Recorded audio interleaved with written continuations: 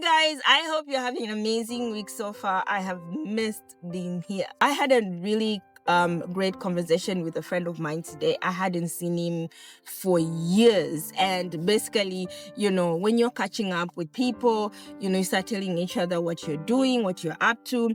And one of the things that I kept talking about was my consultancy service. And he just asked me one question. Now, why do you do what you do?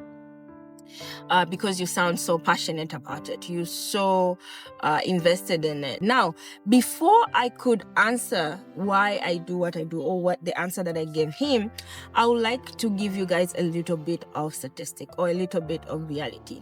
In Tanzania alone, according to the census that was done in 2022, we have more than 21 million young people. Out of that, 800,000 to 1 million young people enter a job market every year. And every year now, I'm taking, the government jobs, private sectors, people are starting startups, they're hiring people, starting business, they're hiring people. We have around 450 to 500,000 job creation every year. Like, at least those are job opening. However, that leaves us 1,000 more young people with no jobs. Okay, fine.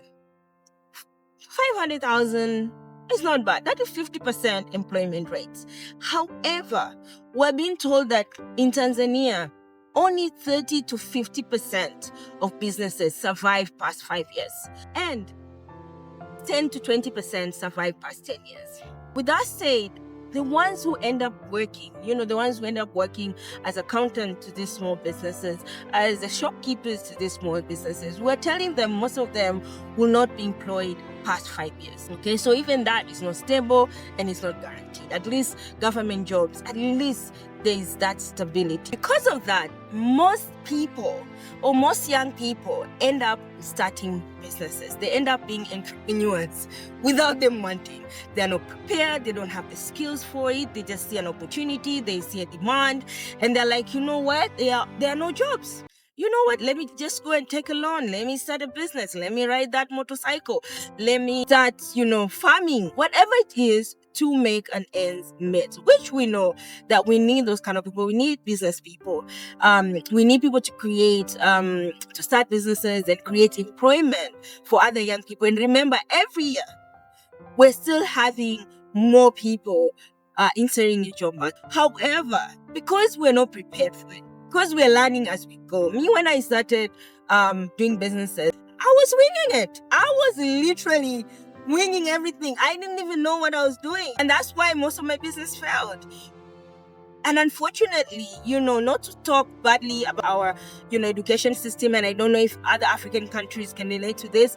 Unfortunately, our education system in Africa or in Tanzania does not prepare us to be entrepreneurs, do not prepare us to be business people. Because of that, because people are running these businesses, because people are, getting into entrepreneurship without actually knowing what they're doing, we are creating a lot of mental health crisis.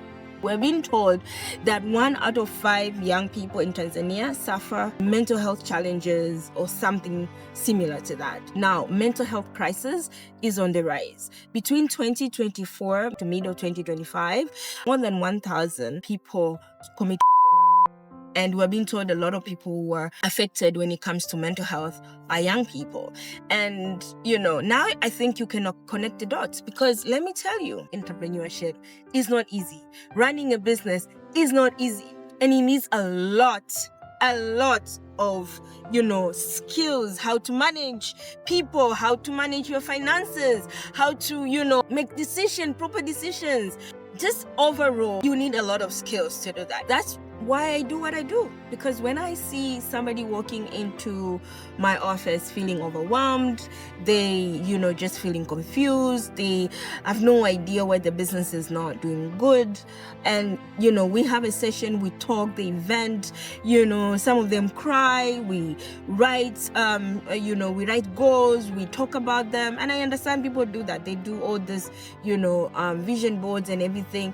But it's really important sometimes to talk to people who understand. And me, I always say that I've made so many mistakes in the past that sometimes when I see somebody coming to talk to me and they're making probably the same mistakes, I will just tell them, no, that's not the way to go, because I've been there, done that.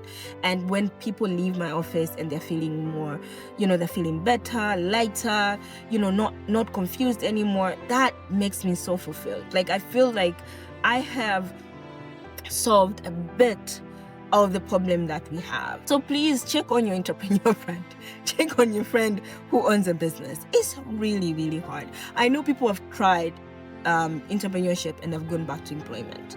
I know people who have tried to not just self-employed, but just to invest in opening a shop, and they'll tell you, like, after 1 year of rent, I just couldn't pay another year of rent. I closed that shop. So it's alarming. And because we are all just struggling, we're all just hustling, we're all just, figuring things out, find a way to talk to people. Guys, seek help. Seek help. If it's not me, it's church, is other psychologists, is counselors, whatever it is, seek help. Talk to specialists, talk to people who are been running business, look for mentors who are doing business, ask them how they've done it, learn from their mistakes, because it's a lot of work. Anyway, guys, thank you so much for watching this video. If you have any suggestion, I'd like to hear what you guys have to say about what I just talked about. I hope it makes sense. I hope it was just not me talking a lot, but maybe it made sense to somebody. So drop your comment below. I'd like to hear from you. Anyway, have a lovely evening. Bye.